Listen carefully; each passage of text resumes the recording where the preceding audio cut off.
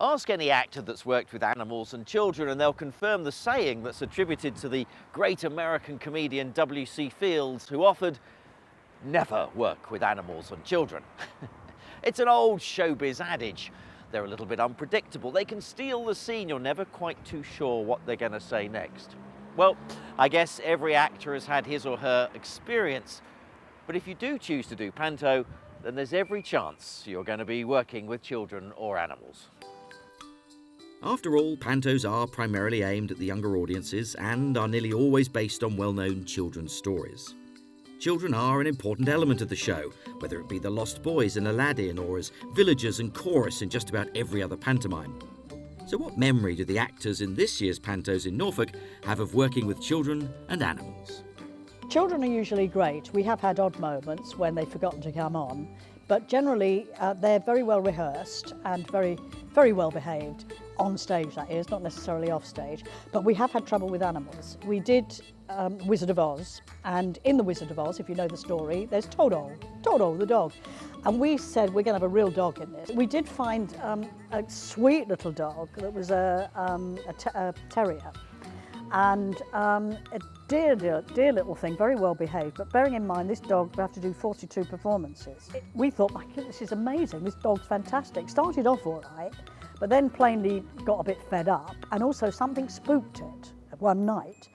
And Dorothy sings Somewhere Over the Rainbow with this dog on her knee. And it had been great up to about the first couple of weeks, lovely. The dog just sat there looking like this, and everyone was going, ah.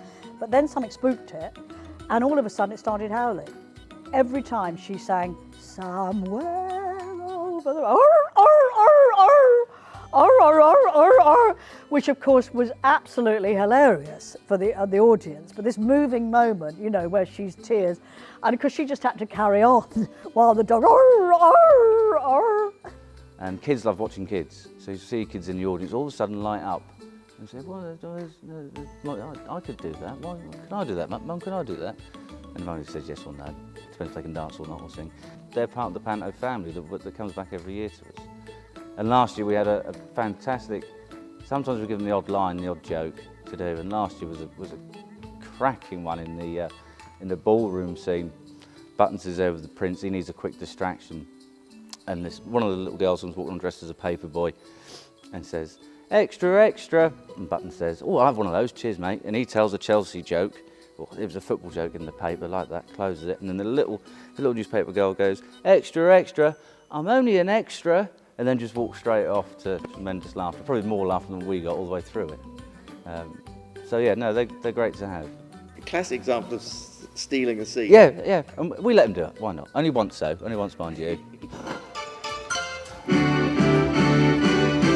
If you want a fancy fan, or a turkey bonnet, turkey stand, or a slave that's awfully African, or a teapot early Ming, come into the supermarket in Norfolk, King.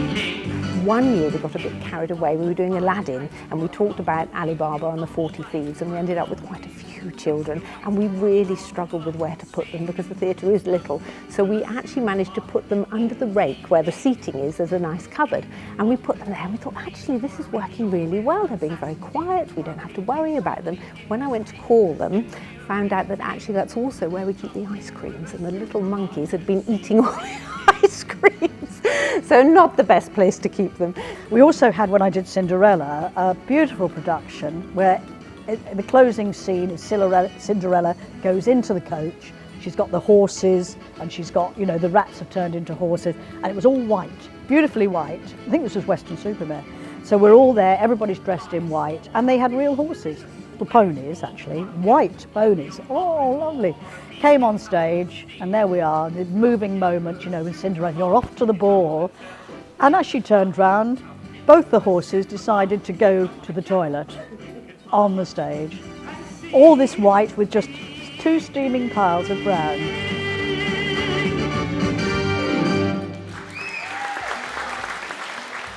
So there we have it, a history of pantomime. Just a small glimpse into the many elements that make up one of our favourite nights at the theatre. I hope you'll have an opportunity to go and see one of the wonderful pantomimes that's in Norfolk this season. And if you do, I hope the children and the animals all behave. But you know, Sometimes it's the adults you've got to be wary of.